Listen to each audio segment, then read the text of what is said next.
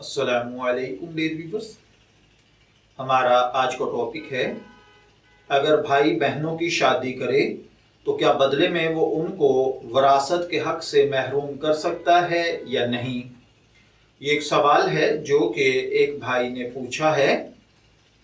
क्या कोई भाई बहनों की शादी को जवाज बनाकर उनकी जायदाद के हिस्से पर कब्जा कर सकता है या नहीं।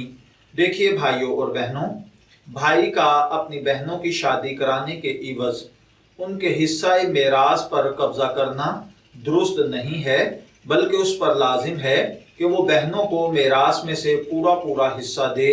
अगर दुनिया में ये हक अदा नहीं किया तो आखिरत में देना पड़ेगा।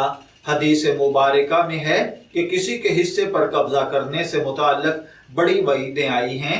हजरत सईद बिन ज़ैद रज़ी अल्लाह तआला अन्हु फरमाते हैं कि रसूलुल्लाह सल्लल्लाहु अलैहि वसल्लम ने फरमाया, जो शख्स किसी की बालिश्त भर जमीन भी अजराह जुल्म लेगा, क़यामत के दिन सातों जमीनों में उतनी ही जमीन उसके गले में तोप के तौर पर डाली जाएगी।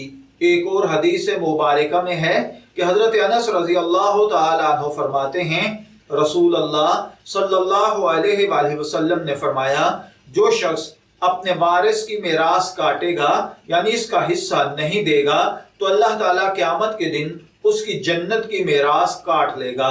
मैं दुआ गो हूँ कि अल्लाह ताला हमें इन बातों को समझकर इनके मुताबिक अमल करने की तौफीक अता फरमाए। शब्बीर अहमद को इजाज़त दीजिए, फिर हाजिर होंगे किसी नए टॉपिक के साथ। तब तक के लिए अल्लाह हाफिज़।